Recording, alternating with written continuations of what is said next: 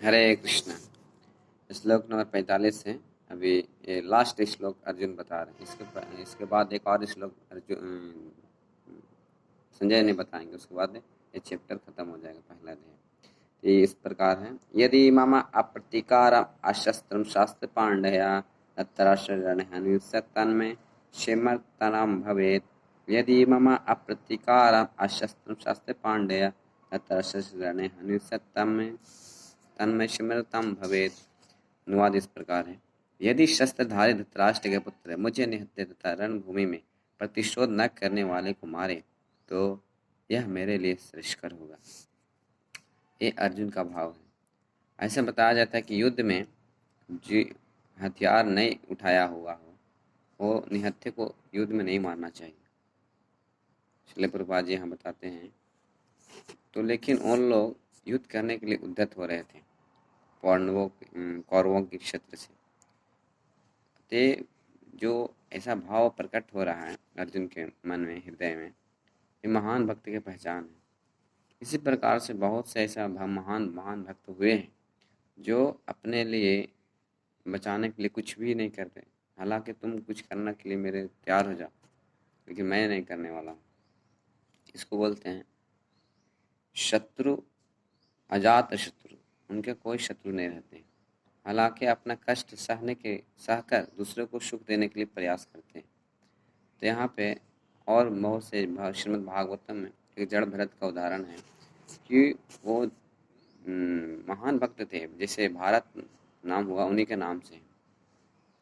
तो जड़ भरत वो उनको उनके घर वाले, तीसरा जन्म की बात बता रहा हूँ, तो घर वाले वो कुछ नहीं बोलते, सिर्फ भगवान का चिंतन करते रहते थे। तो भगवान के चिंतन करते हुए उनको कुछ बोलते ही नहीं थे। जड़ थे, मतलब कुछ नहीं बोलते थे, कुछ करते भी नहीं थे वैसा। तो उनके घर वाले ने उनके घर से दूर कहीं जंगल में खेत के रखवाने के लिए भेज दिए थे, खेत रखवाने के लिए। तो खेत रखने के लिए उनको भेज दिए। तो उधर जंगल में काली माता के उनको भक्त मिले और ढूंढ रहे थे कोई कि मुझे ऐसा बलि चढ़ाने के लिए चाहिए। तो उनको पकड़ कर लेके चले गए जड़ भरत को। जड़ भरत महान भक्त थे भगवान का। तो वहाँ पे जाने के बाद में इनको जब बलि चढ़ा रहे थे तो बलि चढ़ाते समय उसी समय काली मूर्ति मतलब फट गया। उसके आने के बाद फिर काली ने उस अपने भक्तों को ही वो मार दिए और इस तरह से वो कुछ नहीं किए। हालांकि वो आशीर्वाद दिए कि आप हमेशा भगवान का चिंतन करते रहो। तो भगवान का महान भक्तों का एक पहचान है, कुछ नहीं करते हैं। इसी प्रकार से प्रहलाद महाराज के लिए, प्रहलाद महाराज महान भक्त थे। तो महान भक्त होने के कारण इनको बहुत से कष्ट दिए गया था। दुनिया के कोई भी शक्ति इनको मारने के लिए प्रयास किया गया था, लेकिन भगवान के भक्त होने के कारण मरे नहीं।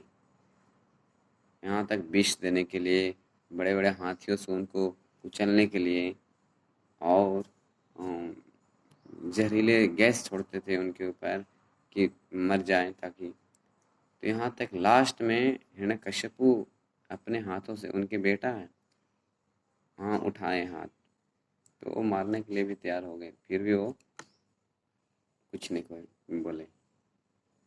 तो महान भक्त होने के कारण प्रहलाद महाराज भी कुछ नहीं। तो इसी तरह से महान भक्त के कारण ऐसा हृदय में आता है कि आप मेरे लिए कुछ करो, मारो, लेकिन मैं नहीं मारने वाला। इस तरह से यहाँ बताते हैं यदि मामा अप्रतीकारम अशस्त्र शस्त्र पांडया धतराष्ट्र रणहनुष्यं तन्मे शिमरताम भवेत्।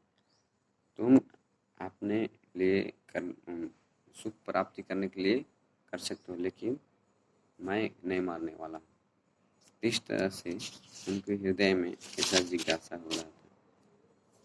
हालांकि वो लोग यहाँ तक भगवान के भक्त, भगवान तक शांति दूत बनने के लिए तैयार थे, लेकिन वो लोग तैयार नहीं थे, युद्ध करने के लिए उद्यत हो रहे थे। इस तरह से एक और श्लोक है पहला अध्याय का, और इसके बाद में फिर खत्म होगा। उसके बाद में निष्कर्ष पूरे अध्याय का बताऊंगा अगले दिन। हरे कृष्ण।